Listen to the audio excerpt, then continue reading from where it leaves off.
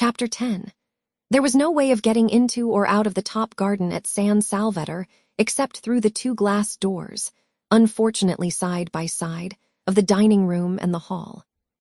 A person in the garden who wished to escape unseen could not, for the person to be escaped from would be met on the way. It was a small, oblong garden, and concealment was impossible. What trees there were!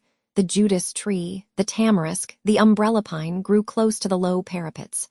Rose bushes gave no real cover. One step to right or left of them, and the person wishing to be private was discovered. Only the northwest corner was a little place jutting out from the great wall, a kind of excrescence or loop, no doubt used in the old distrustful days for observation, where it was possible to sit really unseen, because between it and the house was a thick clump of daphne. Scrap, after glancing round to see that no one was looking, got up and carried her chair into this place, stealing away as carefully on tiptoe as those steal whose purpose is sin. There was another excrescence on the walls just like it at the northeast corner, but this, though the view from it was almost more beautiful, for from it you could see the bay and the lovely mountains behind Mazego, was exposed. No bushes grew near it, nor had it any shade. The northwest loop, then, was where she would sit, and she settled into it, and nestling her head in her cushion and putting her feet comfortably on the parapet, from whence they appeared to the villagers on the piazza below as two white doves, thought that now indeed she would be safe. Mrs. Fisher found her there, guided by the smell of her cigarette. The incautious Scrap had not thought of that. Mrs. Fisher did not smoke herself, and all the more distinctly could she smell the smoke of others. The virile smell met her directly. She went out into the garden from the dining room after lunch in order to have her coffee. She had bidden Francesca set the coffee in the shade of the house just outside the glass door, and when Mrs. Wilkins, seeing a table being carried there, reminded her, very officiously and tactlessly Mrs. Fisher considered, that Lady Caroline wanted to be alone, she retorted, and with what propriety, that the garden was for everybody. Into it accordingly she went, and was immediately aware that Lady Caroline was smoking. She said to herself, "These modern young women," and proceeded to find her. Her stick, now that lunch was over, being no longer the hindrance to action that it was before her meal had been securely, as Browning once said, surely it was Browning. Yes, she remembered how much diverted she had been roped in. Nobody diverted her now, reflected Mrs. Fisher, making straight for the clump of daphne. The world had grown very dull, and had entirely lost its sense of humor. Probably they still had their jokes, these people. In fact, she knew they did, for punch still went on. But how differently it went on, and what jokes. Thackeray, in his inimitable way, would have made mincemeat of this generation. Of how much it needed the tonic properties of that astringent pen it was of course unaware. It no longer even held him, at least, so she had been informed, in any particular esteem. Well, she could not give it eyes to see and ears to hear, and a heart to understand, but she could and would give it, represented and united in the form of Lady Caroline, a good dose of honest medicine. "I hear you are not well," she said, standing in the narrow entrance of the loop and looking down with the inflexible face of one who is determined to do good at the motionless and apparently sleeping Scrap. Mrs. Fisher had a deep voice, very like a man, for she had been overtaken by that strange masculinity that sometimes pursues a woman during the last lapse of her life. Scrap tried to pretend that she was asleep, but if she had been, her cigarette would not have been held in her fingers but would have been lying on the ground. She forgot this. Mrs. Fisher did not, and coming inside the loop, sat down on a narrow stone seat built out of the wall. For a little she could sit on it, for a little, till the chill began to penetrate. She contemplated the figure before her. Undoubtedly a pretty creature, and one that would have had a success at Farringford. Strange how easily even the greatest men were moved by exteriors. She had seen with her own eyes Tennyson turn away from everybody, turn, positively, his back on a crowd of eminent people assembled to do him honor, and withdraw to the window with a young person nobody had ever heard of, who had been brought there by accident and whose one and only merit, if it be a merit, that which is conferred by chance, was beauty. Beauty all over before you can turn round. An affair, one might almost say, of minutes. Well, while it lasted, it did seem able to do what it liked with men. Even husbands were not immune. There had been passages in the life of Mr. Fisher. I expect the journey has upset you, she said in her deep voice. What you want is a good dose of some simple medicine. I shall ask Domnico if there is such a thing in the village as castor oil. Scrap opened her eyes and looked straight at Mrs. Fisher. Ah, said Mrs. Fisher, I knew you were not asleep. If you had been, you would have let your cigarette fall to the ground. Scrap threw the cigarette over the parapet.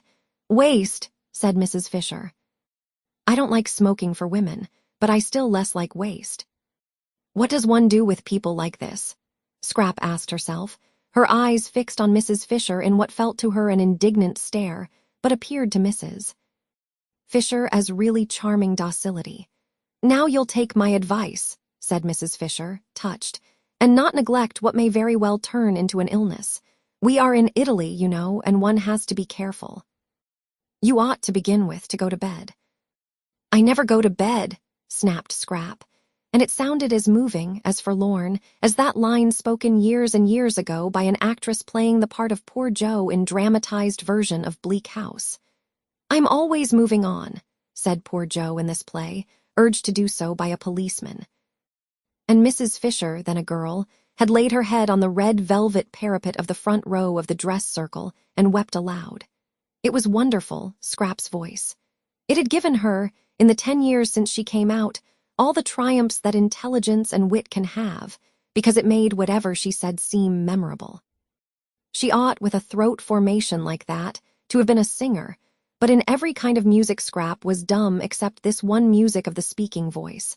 And what a fascination, what a spell lay in that. Such was the loveliness of her face, and the beauty of her coloring, that there was not a man into whose eyes, at the sight of her, there did not leap a flame of intensest interest. But when he heard her voice, the flame in that man's eyes was caught and fixed. It was the same with every man, educated and uneducated, old, young, desirable themselves or undesirable, men of her own world and bus conductors, generals and Tommies. During the war she had had a perplexing time. Bishops equally with vergers. Round about her confirmation startling occurrences had taken place. Wholesome and unwholesome, rich and penniless, brilliant or idiotic. And it made no difference at all what they were, or how long and securely married. Into the eyes of every one of them, when they saw her, leapt this flame, and when they heard her it stayed there.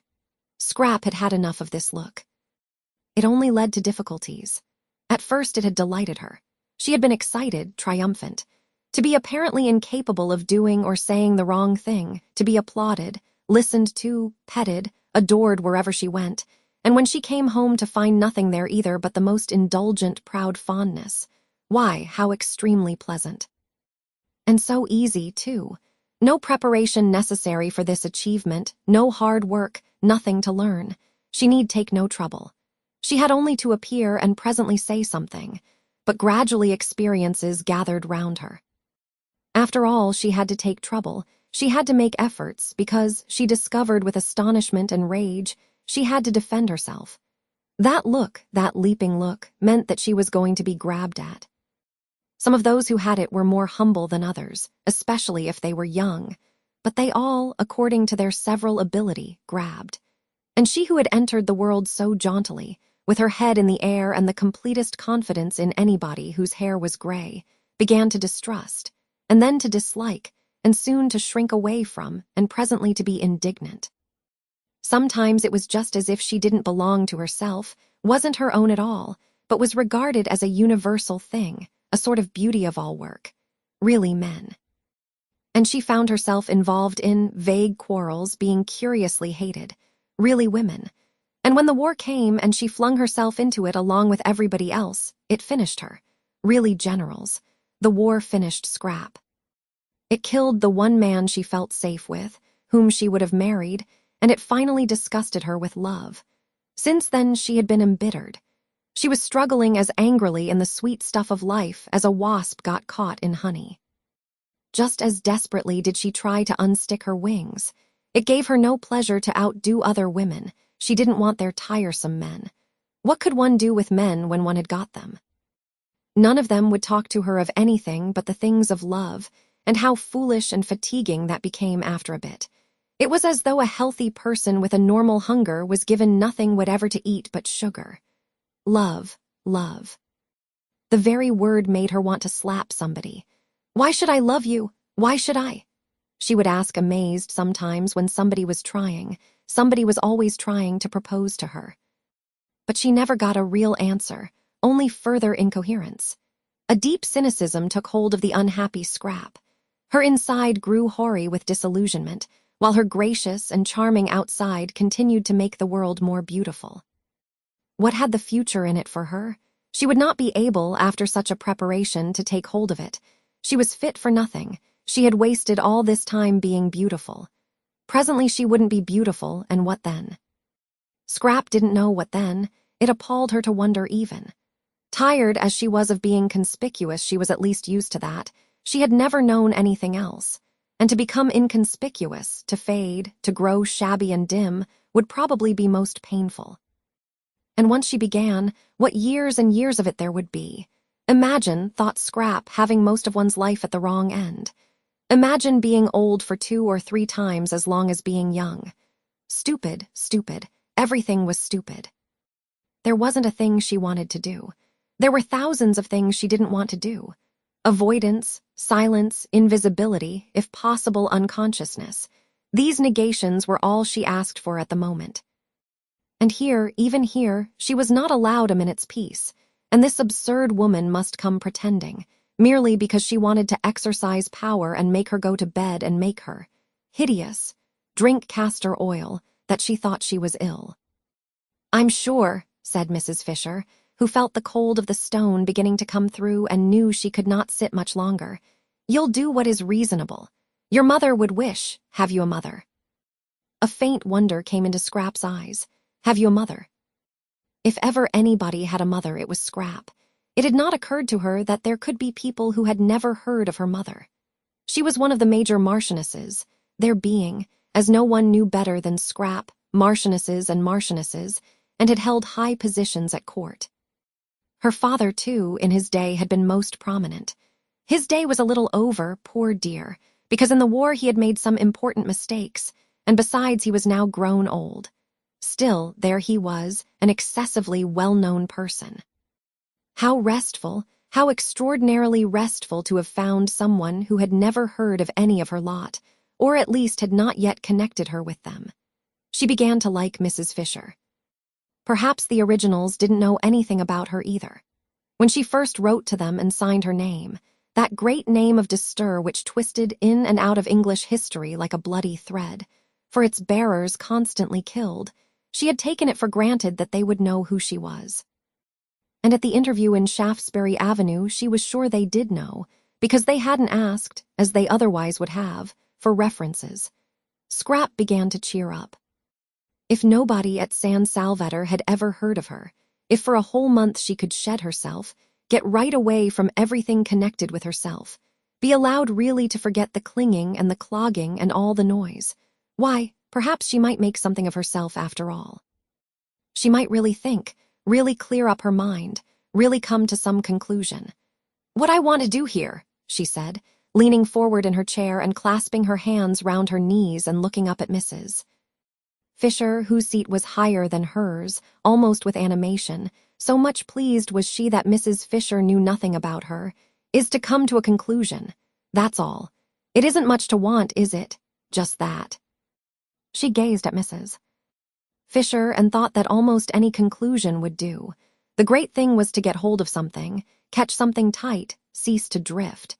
Mrs. Fisher's little eyes surveyed her. "I should say," she said, "that what a young woman like you wants is a husband and children." "Well, that's one of the things I'm going to consider," said Scrap amiably, "but I don't think it would be a conclusion."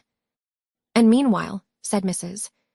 Fisher, getting up, for the cold of the stone was now through, "I shouldn't trouble my head if I were you with considerings and conclusions. Women's heads weren't made for thinking, I assure you. I should go to bed and get well." "I am well," said Scrap.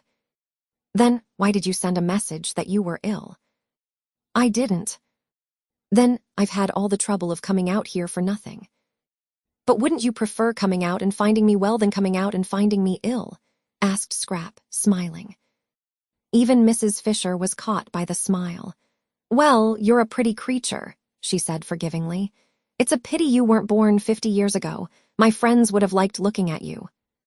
I'm very glad I wasn't, said Scrap. I dislike being looked at. Absurd, said Mrs. Fisher, growing stern again. That's what you are made for, young women like you. For what else, pray? And I assure you that if my friends had looked at you, you would have been looked at by some very great people. I dislike very great people, said Scrap, frowning.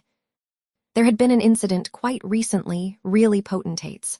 What I dislike, said Mrs. Fisher, now as cold as the stone she had got up from, is the pose of the modern young woman.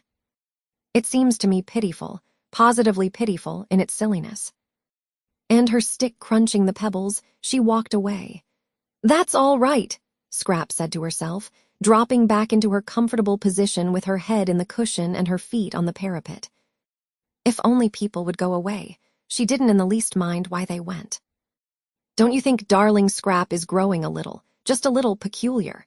Her mother had asked her father a short time before that latest peculiarity of the flight to San Salvador, uncomfortably struck by the very odd things Scrap said, and the way she had taken to slinking out of reach whenever she could and avoiding everybody except such a sign of age, quite young men, almost boys. What, peculiar? Well, let her be peculiar if she likes. A woman with her looks can be any damned thing she pleases, was the infatuated answer. I do let her, said her mother meekly. And indeed, if she did not, what difference would it make? Mrs. Fisher was sorry she had bothered about Lady Caroline. She went along the hall towards her private sitting room, and her stick as she went struck the stone floor with a vigor in harmony with her feelings. Sheer silliness, these poses. She had no patience with them. Unable to be or do anything of themselves, the young of the present generation tried to achieve a reputation for cleverness by decrying all that was obviously great and obviously good and by praising everything, however obviously bad, that was different. Apes, thought Mrs. Fisher, roused. Apes. Apes. And in her sitting room she found more apes, or what seemed to her in her present mood more, for there was Mrs. Arbuthnot placidly drinking coffee, while at the writing table she already looked upon as sacred, using her pen, her own pen brought for her hand alone from Prince of Wales Terrace, sat Mrs. Wilkins writing, at the table, in her room with her pen. Isn't this a delightful place? Said Mrs. Arbuthnot cordially. We have just discovered it. I'm writing to Mellersh, said Mrs. Wilkins, turning her head and also cordially, as though Mrs. Fisher thought she cared a straw who she was writing to and anyhow knew who the person she called Mellersh was. He'll want to know, said Mrs. Wilkins, optimism induced by her surroundings, that I've got here safely.